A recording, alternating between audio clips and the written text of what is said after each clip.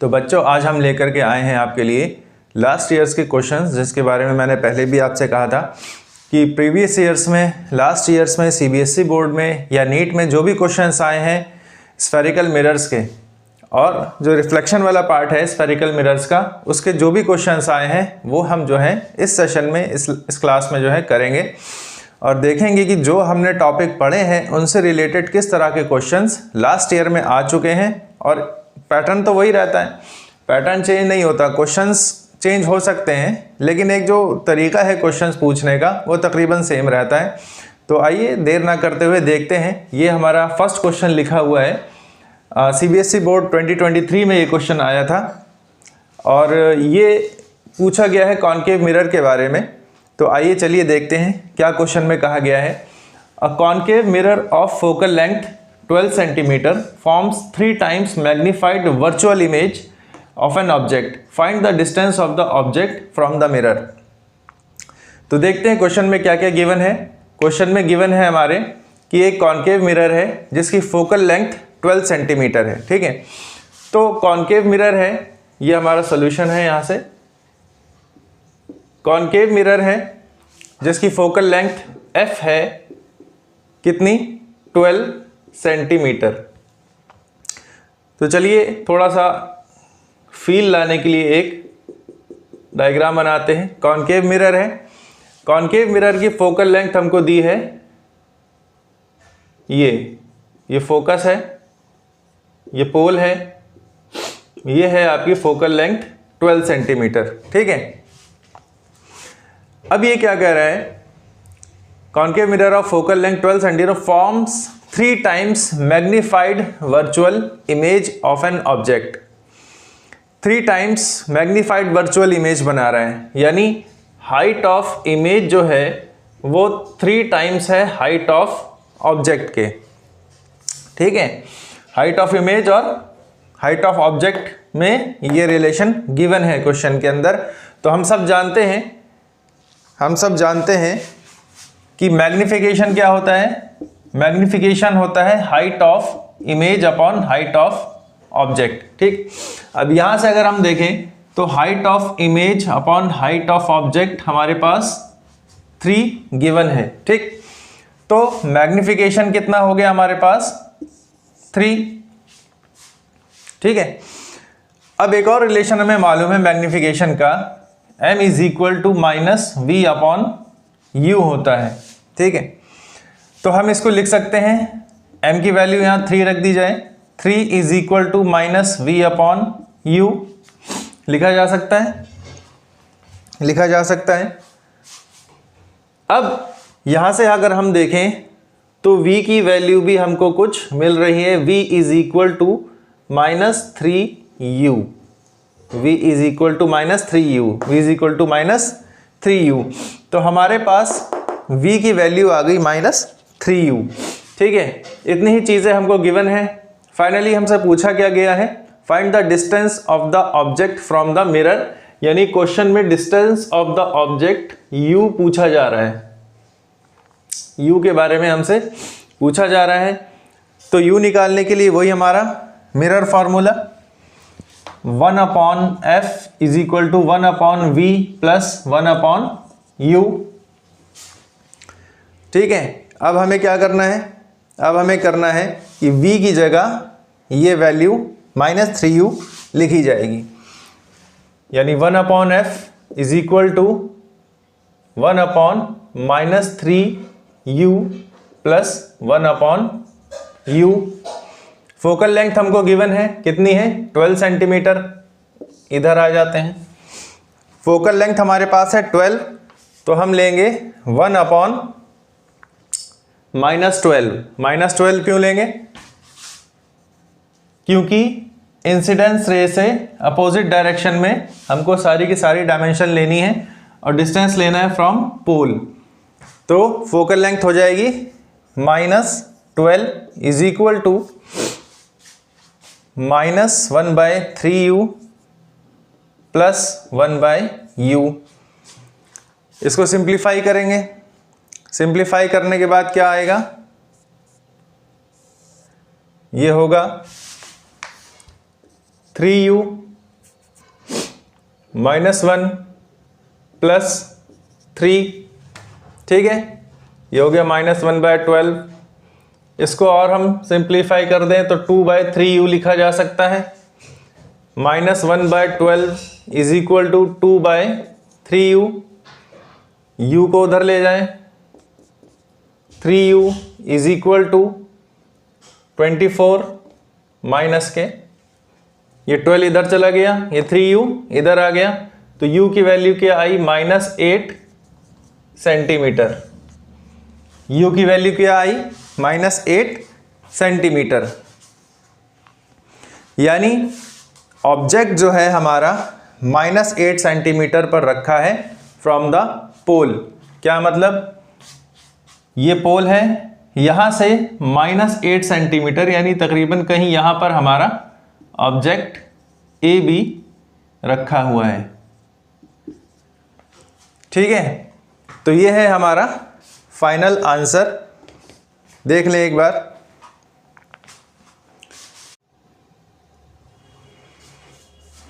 इस क्वेश्चन में एक चीज़ बहुत ख़ास हमको गिवन है कि मैग्नीफाइड वर्चुअल इमेज बन रही है। हम जानते हैं मैग्नीफाइड वर्चुअल इमेज कहाँ पर बनती थी?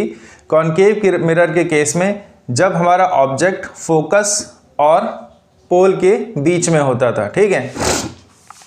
जब हमारा ऑब्जेक्ट फोकस और पोल के बीच में होता था, एक बार थोड़ा सा देखते हैं, थोड़ा सा फील लाने के लिए देखते हैं किस तरह से इसकी इमेज फॉर्मेशन हो रही है। और ये केस नंबर 5 हम लोगों ने पढ़ा है रे डायग्राम्स के अंदर, ठीक।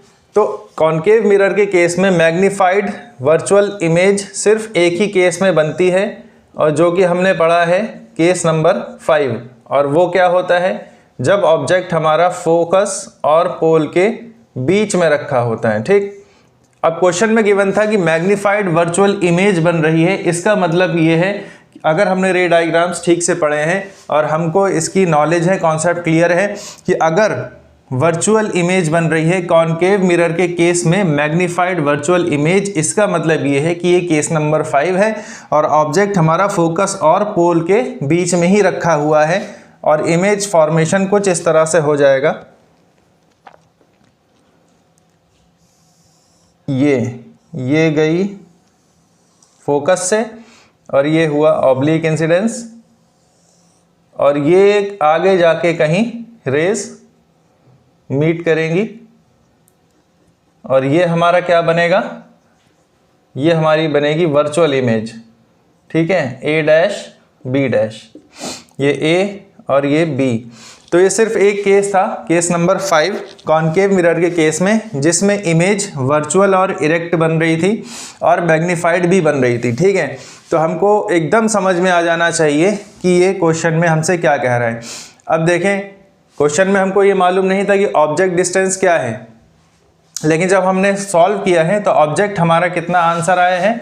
u = -8 सेंटीमीटर, और u = -8 सेंटीमीटर F और P के बीच में ही कहीं ना कहीं है रखा हुआ, ठीक है। इसीलिए हमारी इमेज वर्चुअल और मैग्नीफाइड बनी है, ठीक। इसीलिए जो है मैंने पहले भी कहा था कि रे डायग्राम्स को हमको ठीक से समझना है, क्योंकि बहुत सारे आंसर हमारे रे डायग्राम्स में ही हमको मिल जाएंगे, ठीक है। चलिए नेक्स्ट क्वेश्चन देखते हैं। सेकंड क्वेश्चन है हमारा, draw a ray diagram to show image formation when the concave mirror produces real inverted and magnified image. Real inverted and magnified image, हमको एक रे डायग्राम बनाना है जिसमें कॉनकेव मिरर प्रोड्यूस करता है रियल इन्वर्टेड और मैग्नीफाइड इमेज। तो चलिए बनाते हैं। ये हमारा हो गया कॉनकेव मिरर। अब ये कह रहा है कॉनकेव मिरर जो प्रोड्यूस करे रियल इन्वर्टेड और मैग्नीफाइड इमेज। तो हम जानते हैं कि कॉनकेव मिरर के जितने भी केसेस थे, सिर्फ एक केस को छोड़कर बाकी सारे केसेस में रियल और इन्वर्टेड इमेज ही बनती है, ठीक। केस नंबर 5 जो हमने पढ़ा था और इससे पहले के क्वेश्चन में जिसको हमने डिस्कस किया, उसको छोड़कर बाकी सारे केसेस में कॉनकेव मिरर में रियल और इन्वर्टेड इमेज ही बनती हैं, ठीक है। यानी सारे केसेस जो हैं वो एक से हो गए, लेकिन डिफरेंस आ रहा है सिर्फ यहाँ पर मैग्नीफाइड इमेज। हमको ये देखना है कि जो हमारी इमेज बने वो मैग्नीफाइड भी होनी चाहिए। रियल और इन्वर्टेड तो कॉन्केव में बनती ही है।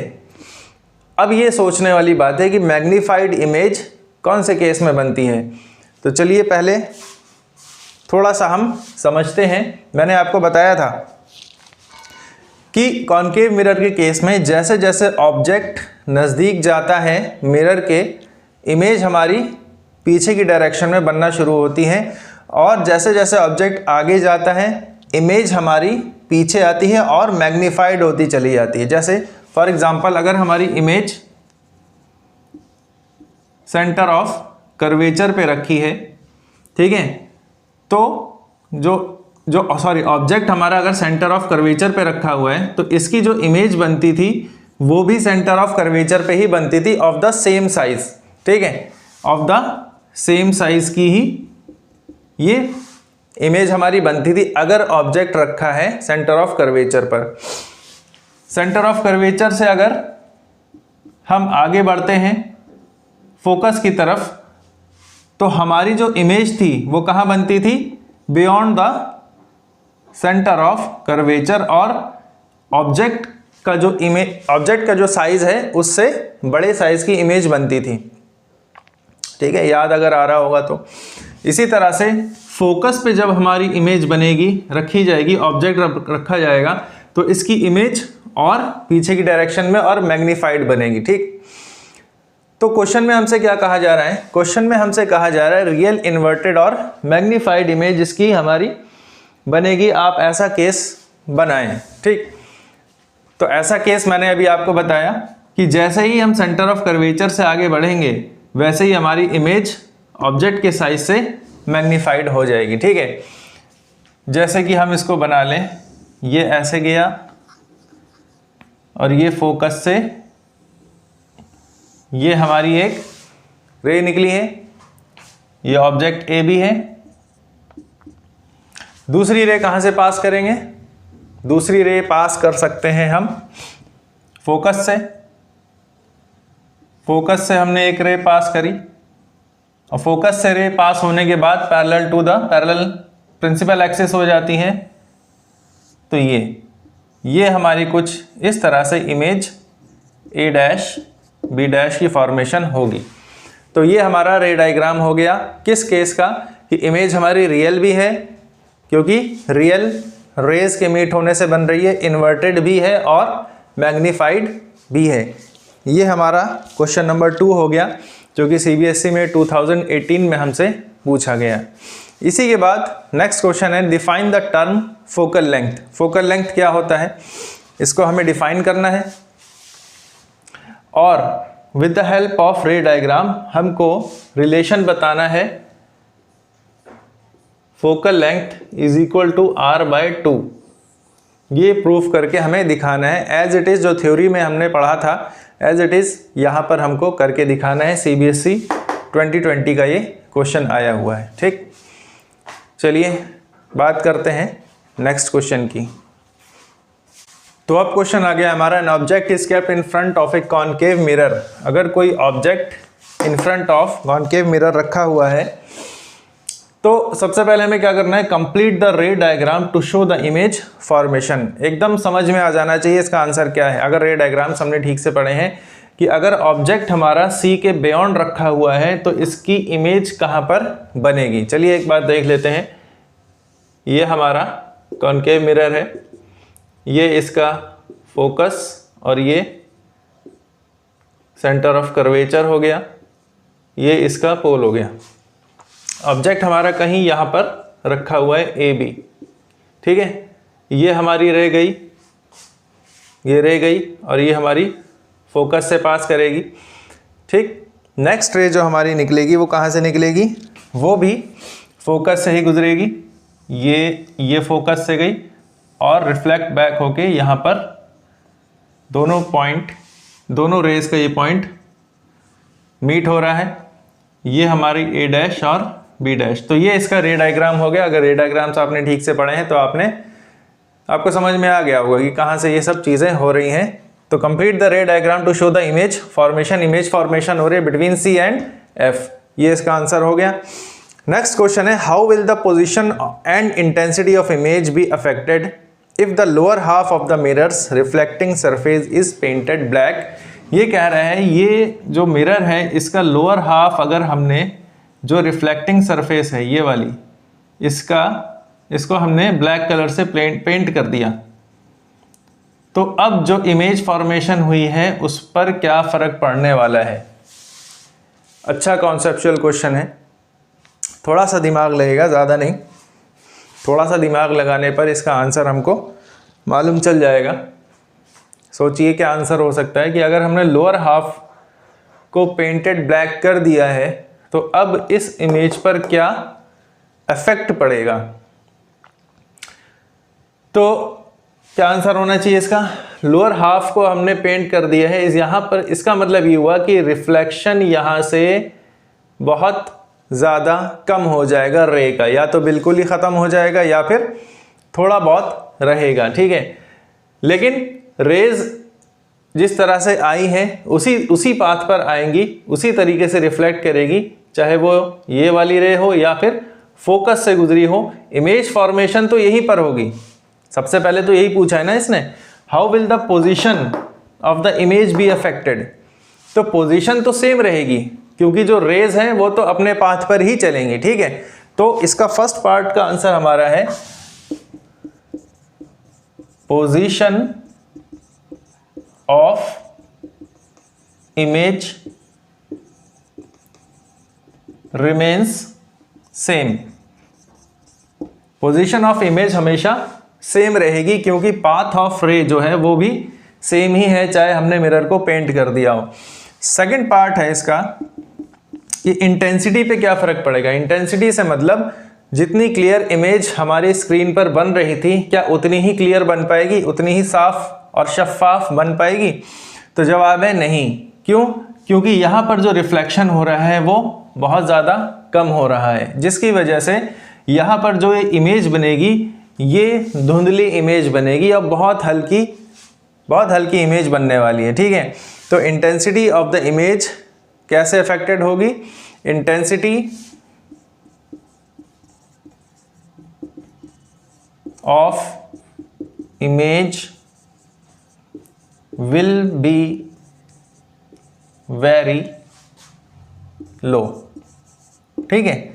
Intensity of image will be very low, तो ये इसका आंसर हो जाएगा। तो देखें किस तरह से अच्छे अच्छे क्वेश्चंस बोर्ड में भी पूछे जा रहे हैं, कंसेप्चुअल क्वेश्चंस पूछे जा रहे हैं।